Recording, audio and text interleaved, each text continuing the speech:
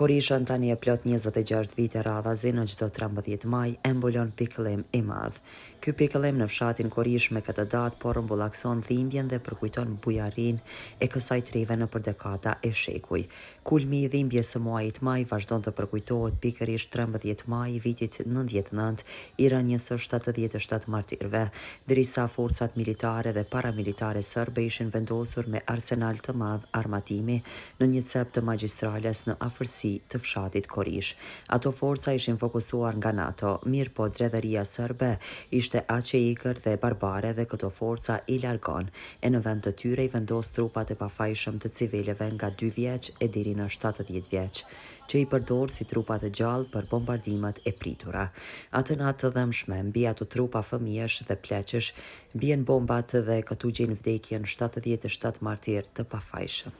Edhe mbja ka bërë shumë familje të Korishës ta mbajnë mend këtë datë sa të jenë gjallë, por familja Ahmetaj këtë plag e kanë të hapur edhe sot e kësaj dite.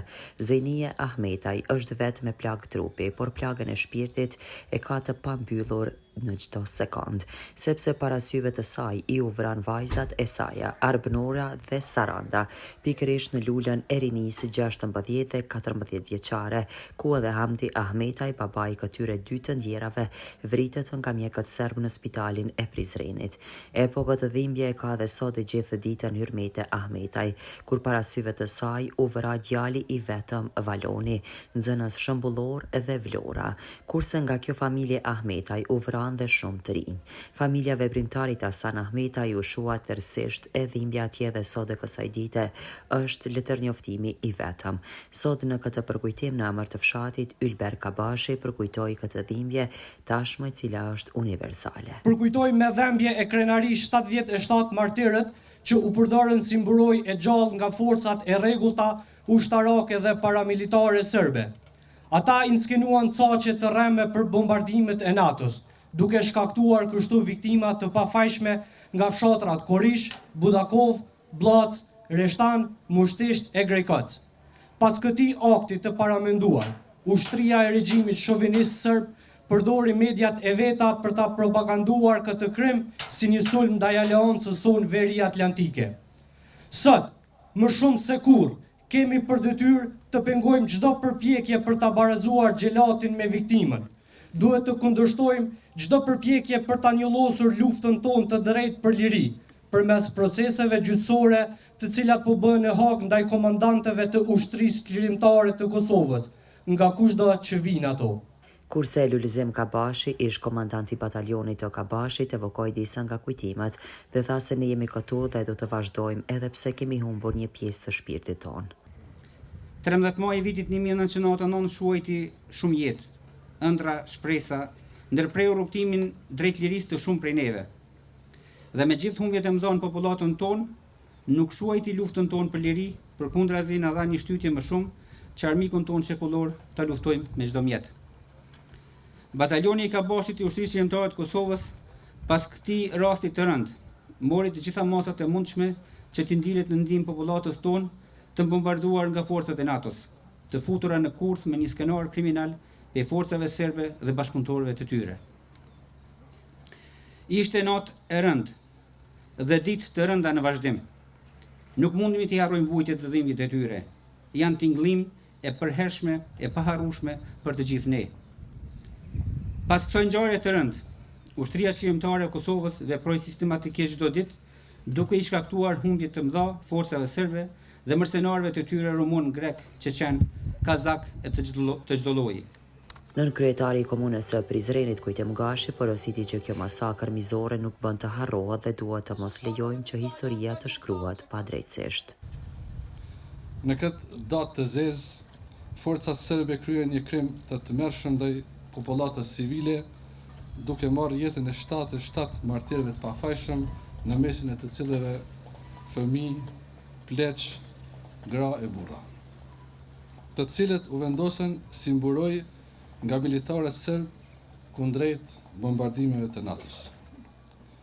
Ky përvjetor nuk është vetëm një datë në kalendar, por është një plagë e hapur në kujtesën tonë kolektive, është një thirrje për drejtësi, një kujtim për sakrificën sublime të atyre që ranë, dhe një kërkesë e jona për bashkësinë ndërkombëtare e cila duhet vendos prapa grilave të gjithë ata kriminal që e projektuan këtë masakër mizore. Ata u vranë padrejtisht, por kur nuk u mundën, sepse sot ne jetojmë në një Kosovë të lirë fal edhe gjakut të tyre. Sot, ndërsa përkulemi me respekt para emrat të tyre të gdhendur në gur, e ndjejmë edhe më shumë përgjegjësinë që të ndërtojmë një vend të drejtë, një Kosovë me drejtësi, paqe dhe zhvillim. Kujtime plot dhe dëmshuriri kujtoi drejtori i shkollës Ilir Gjaferi. Kujtojmë ngjarjen makabër para 26 viteve, ku fatkeqësisht nuk u kursyen as fëmijët, ku 11 prej tyre ishin nxënës të shkollës tonë, ishin fëmijë me plot ëndra, shpresa, dëshirë për të jetuar dhe për të gëzuar jetën, por që u bën viktima të një kohe të errët në flakët e luftës. Jeta tyre u ndërprej para kohe, por kujtimi i tyre mbetet i përjetshëm në zemrat tona. Ne nuk mund t'i kthejmë dot ata, por mund t'i kujtojmë me nderim, lavdi dhe të përjetshme kujtimit të nxënësve tanë të rënë dhe të gjithë të rënëve të fshatit tonë Korish.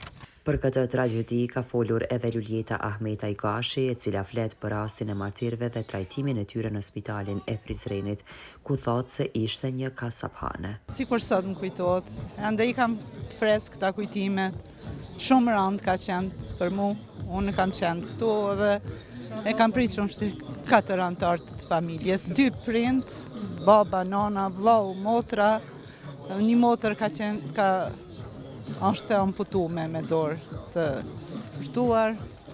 Edhe gjithë këto shka ka ndodhur i kemi pa mandej në spital, se unë punoj në spitalin. Po, kam qenë atëherë dhe punoj. Ka mujt, jam mundu, edhe pse shumë vështirë kam pas, edhe familjarët i kam pas të shtrime edhe tjerë. Po, me vështirësi, mjaft më dhaja, jemi mundu me vështirësi, arsa kemi mujt.